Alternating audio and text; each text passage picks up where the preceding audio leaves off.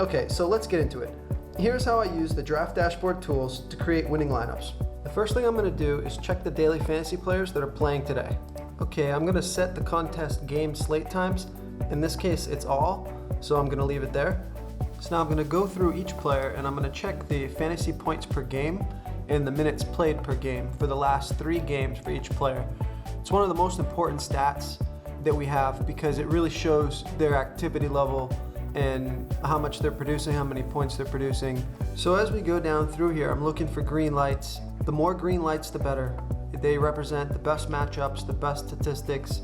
James Harden looks good. He's scoring a crazy amount of points and playing a ton of minutes. So we're gonna watch him, add him to our watch list. Now we're gonna keep going down, and we can be selective here because you can only play so many players. So let's pick Damian Lillard, Kyle Lowry. Okay, so here's a whole group of guys who their matchups all look great. They're full of green lights. They all have great scoring history and minutes logs, so we're just gonna watch all these guys. Gortat looks good, full green lights. Okay, so this is where you have to be careful. D'Angelo Russell was out, and he's just coming back to play, and you can see that through his last 3 game log that he hasn't scored any points. He hasn't played any minutes, so he's been out for at least 3 games. Okay, let's pick a few more players here, and then we're gonna move on to find some sleepers so we can get some really good value for our lineups. Okay, that's enough for now. So let's go to the sleepers page. This is where you're gonna find players who don't cost a lot of money, who are scoring a lot of points.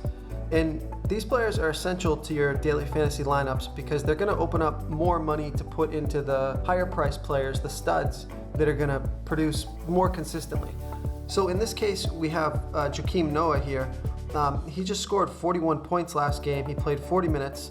That's a big boost. It looks like he's the #1 center. So these are the type of players that you wanna watch and you wanna play.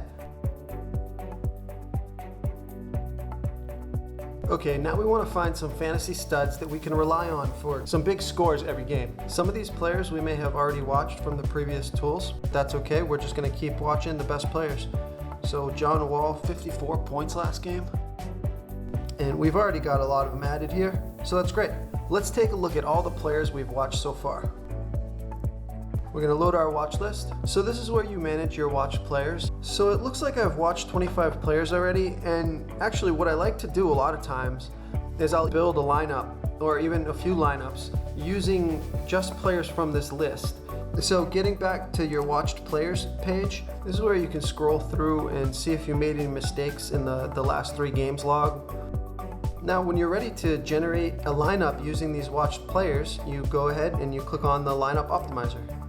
It's our most popular tool, the DFS Lineup Optimizer. This is the tool that you can use to put together a lineup using the max salary, because you're trying to use every dollar in daily fantasy to maximize the value of your players.